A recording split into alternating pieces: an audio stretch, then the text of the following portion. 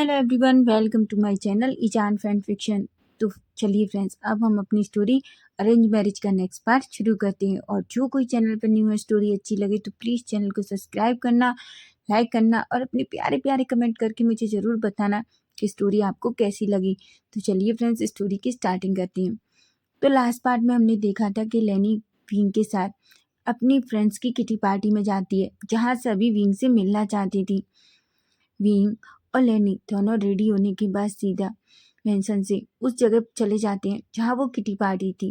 Wing को बहुत अजीब लग रहा था। इससे पहले तो वो कभी इस तरह की पार्टियों में नहीं गया, क्योंकि उसे ये सब कुछ पसंद ही नहीं है। उसे तो बस अच्छे से रहना, खाना, सोना और मस्ती करना पसंद है। लेकिन वो लेनी को मना नहीं कर पाया, क्योंकि वो कभी इस तरह की पार्टी अपनी मॉम के साथ भी नहीं जाता था। उसे ये बिल्कुल अच्छा नहीं लगता।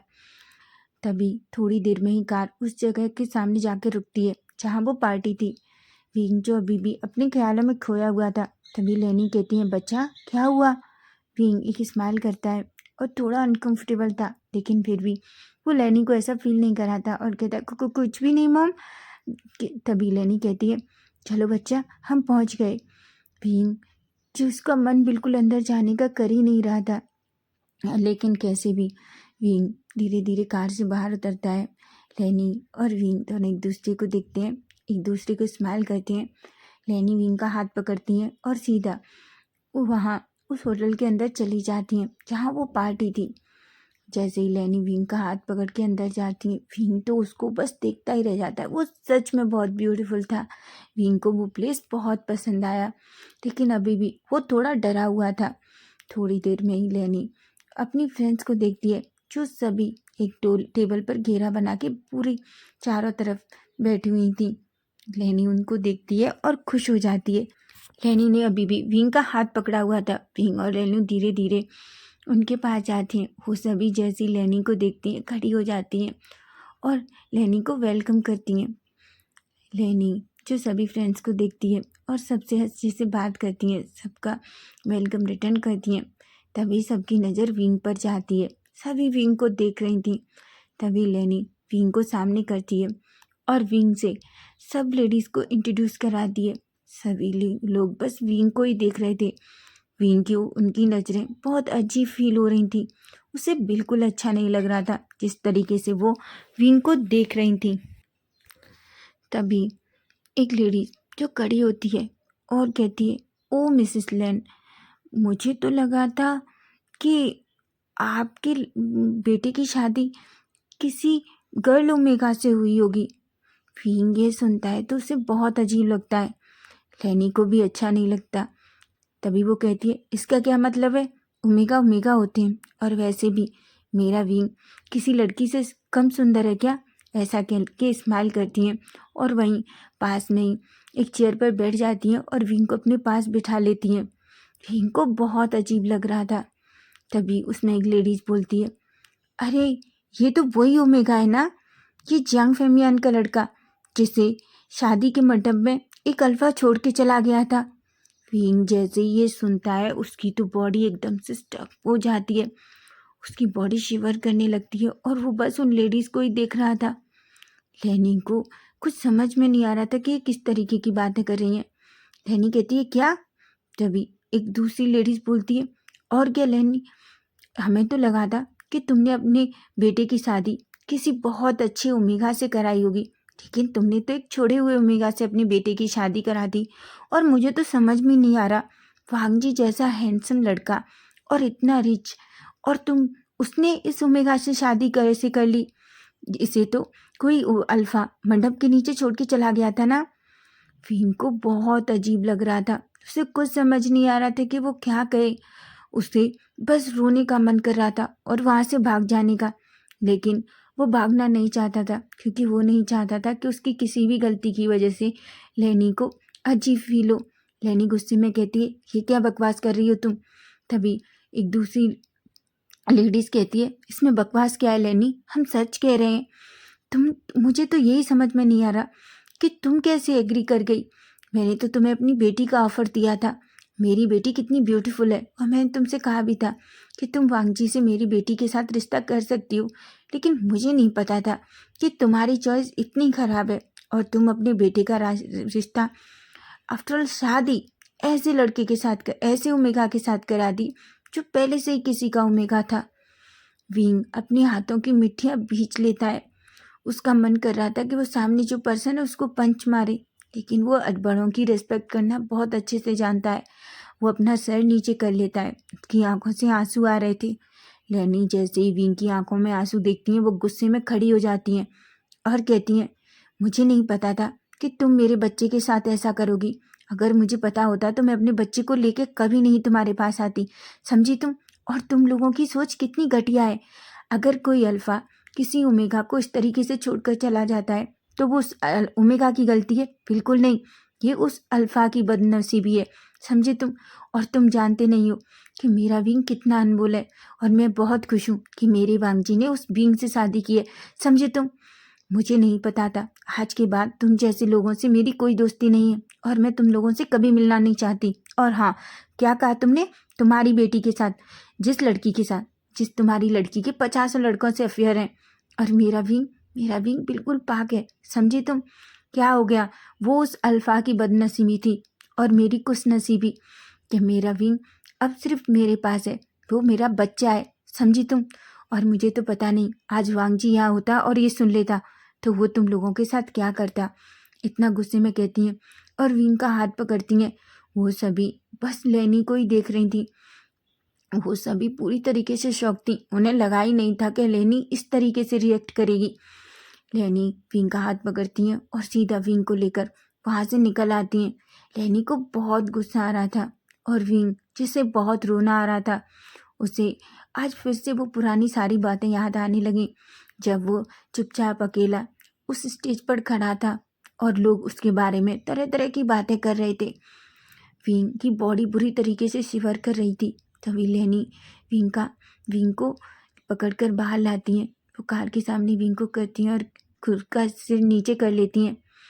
विंग जो अभी भी रोए जा रहा था, तभी लेनी कहती है, आई एम सॉरी विंग, मुझे नहीं पता था कि वो सब ऐसी बातें करेंगी। बच्चा, मैं कभी तुम्हें लेकर नहीं आती। विंग कुछ भी नहीं कहता, उसकी आंखों से बस आंसू गिरे ही जा रहे थे। लेनी विंग को टाइटली हक कर लेती हैं और कहती हैं, आई एम सॉरी बच्चा, मुझे माफ़ कर दो। तुम अपनी माँ को एक बार माफ़ कर सकते हो।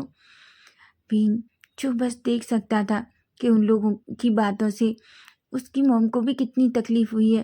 वो खुद को मुश्किल से संभालता है। हालांकि विंग सच में बहुत बुरी तरीके से उनकी बातों से टूट गया था।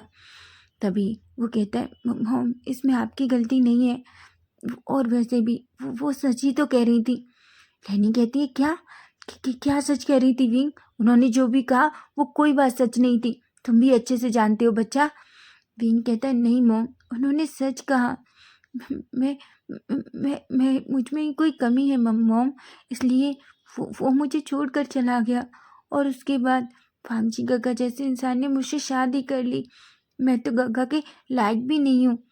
लेनी कहती है, बिल्कुल नहीं, तुमसे बेटर भांजी को कभी कोई नहीं मिल सकता था। पता है तुम बहुत अनमोल हो विंग, तुमसे ज़्यादा मेरे वांगजी के लिए और कोई नहीं है, समझे तुम? ऐसा कह के वो विंग को टाइटली हक कर लेती हैं। विंग को बहुत रोना आ रहा था, पर वो जानता है कि जितना रोएगा उतना लेनी को हर्ट करेगा। लेनी और विंग दोनों चुपचाप कार में बैठ जाते हैं। वो ड्राइवर को कार चलाने को कहती हैं। थोड़ी देर में ही वो वापस लैंड मैंशन पहुंच जाते हैं। पूरे रास्ते लेनी और विंग बिल्कुल चुप थे। लेनी ने पूरे रास्ते विंग का हाथ पकड़ रखा था, लेकिन वो जानती थी कि अभी विंग से कुछ भी कहना सही नहीं होगा, क्योंकि सच में उन लोगों की बातों से विंग बहुत हर्ट हो गया था।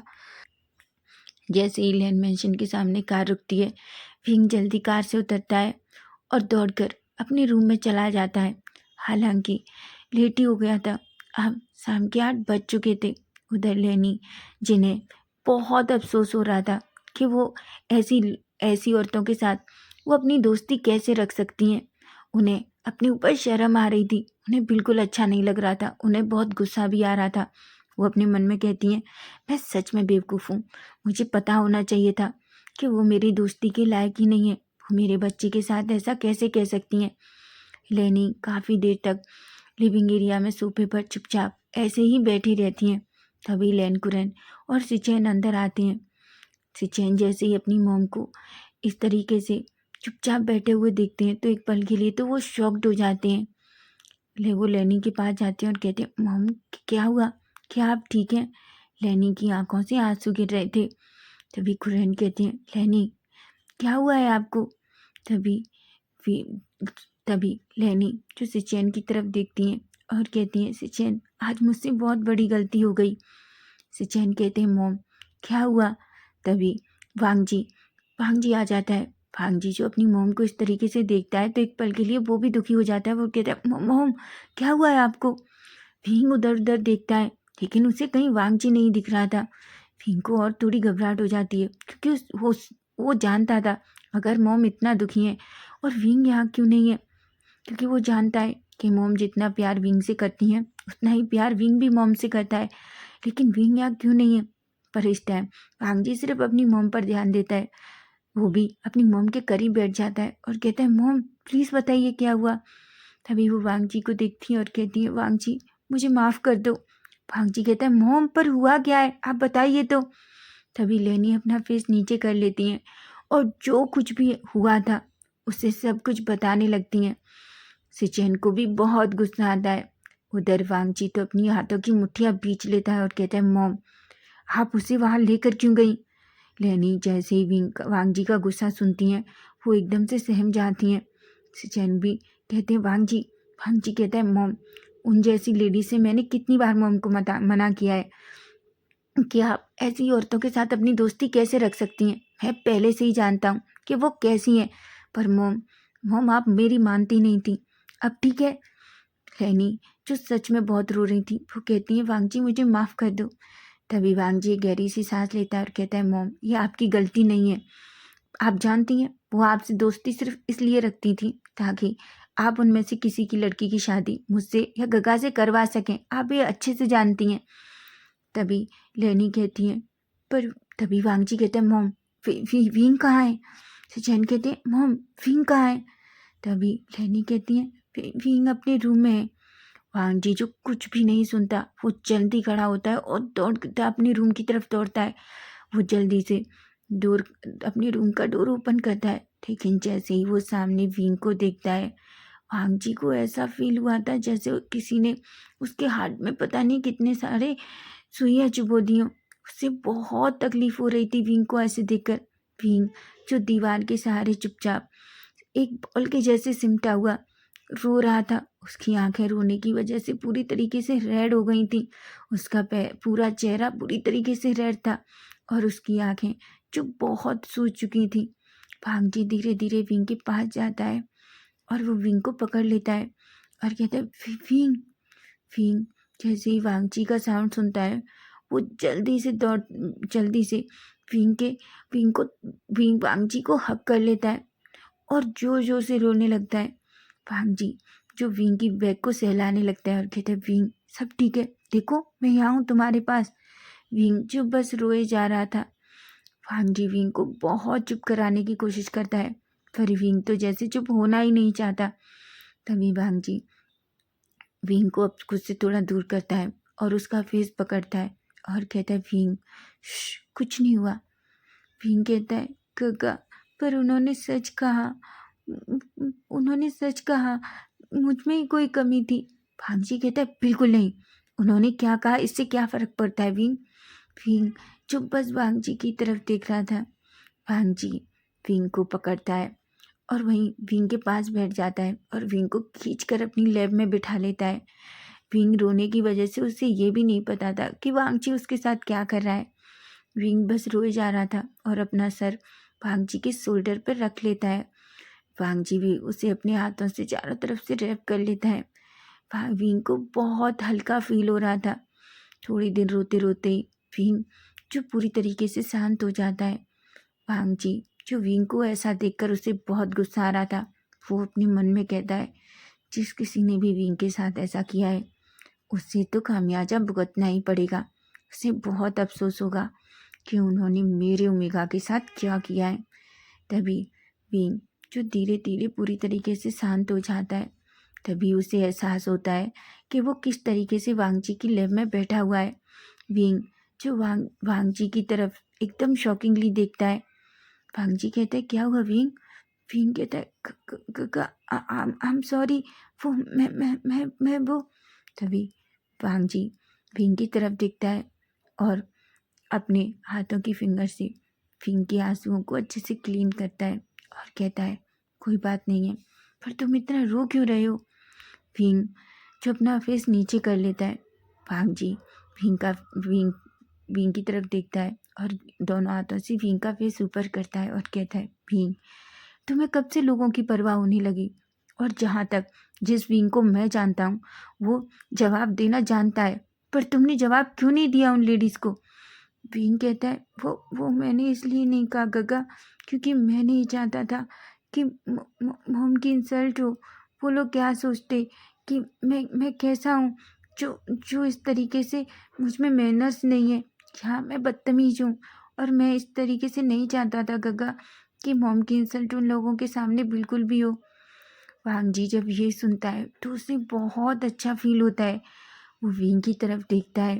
विंग के फेस से वांग जी की नजरें हटी नहीं रही थी, उसकी हार्ट बीट एकदम से बढ़ गई थी।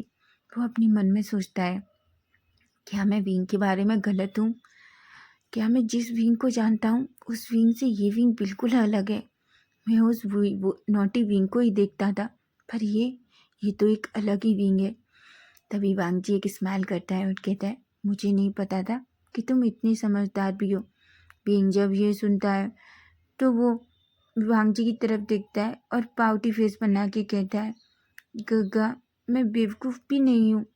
वांग जी एक स्माइल करता है।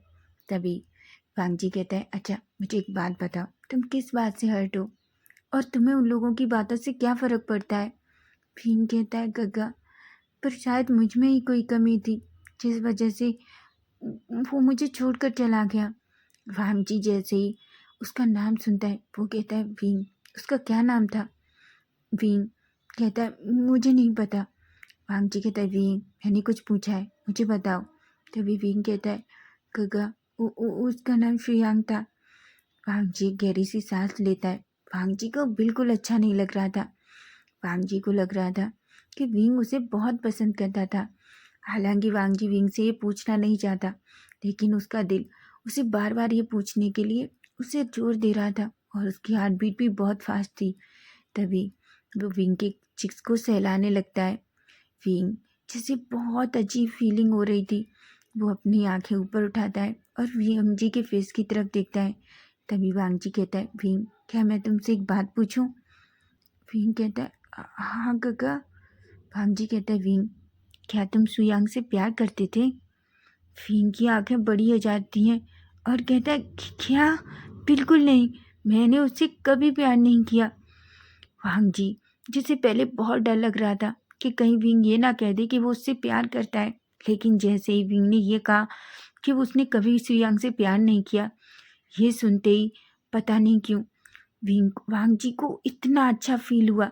उसे अपने हार्ट में जो अलग ही हैप्पीनेस फील हो रही थी, उसे नहीं पता कि क्यों उसकी हार्ट बीट एकदम से फास्ट हो गई और उसकी धड़कन जो इतनी तेज चल रही थी जिसे विंग भी सुन सकता था। वांग जी खुद को थोड़ा रिलैक्स करता है और कहता है क्या तुम चाहते हो कि मैं उसे ढूंढूं।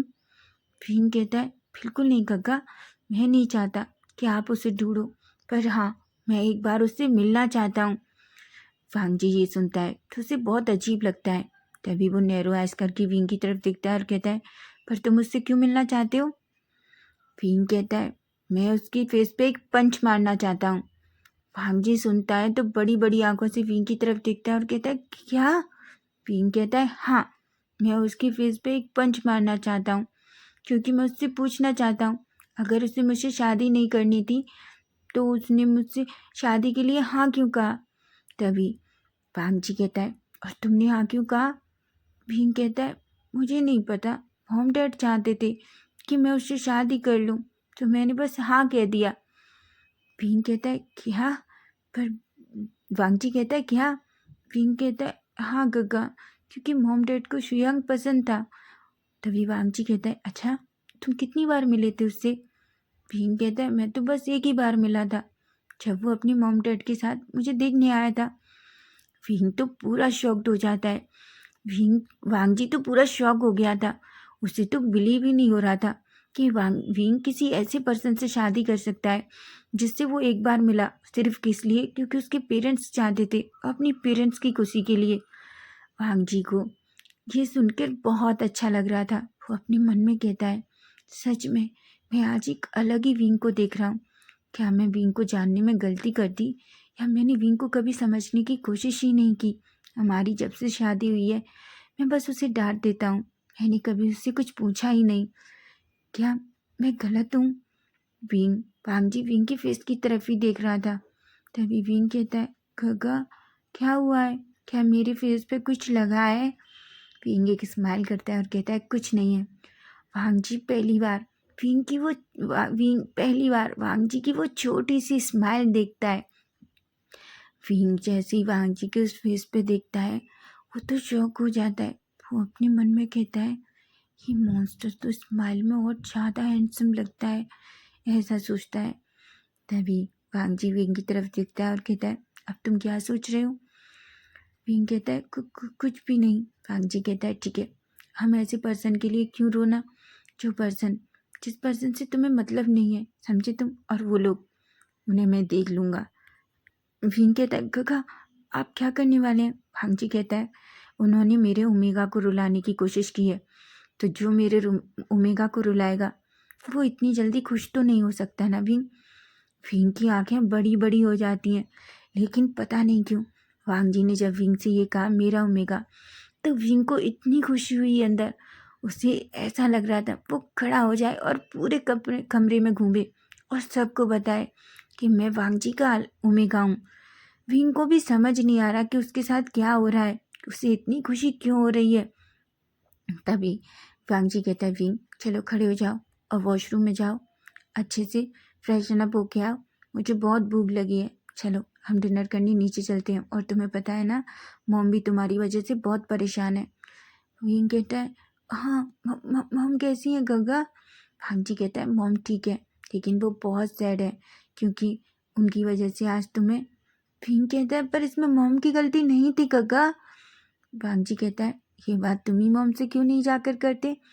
तभी विंग नीचे जाने वाला होता है। वांग जी कहता है, विंग अभी नहीं, जाओ पहले खुद को अच्छे से फ्रेशन अप करो। विंग कहता है, सीधा वॉशरूम में चला जाता है। वांग जी जो विंग को ही जाते हुए वॉशरूम में देख रहा था, तभी वो गुस्से में अपनी मुट्ठियाँ बींच लेता है और कहता है, शुयांग तुम जहाँ कहीं भी हो, तुम मुझसे बच नहीं सकते।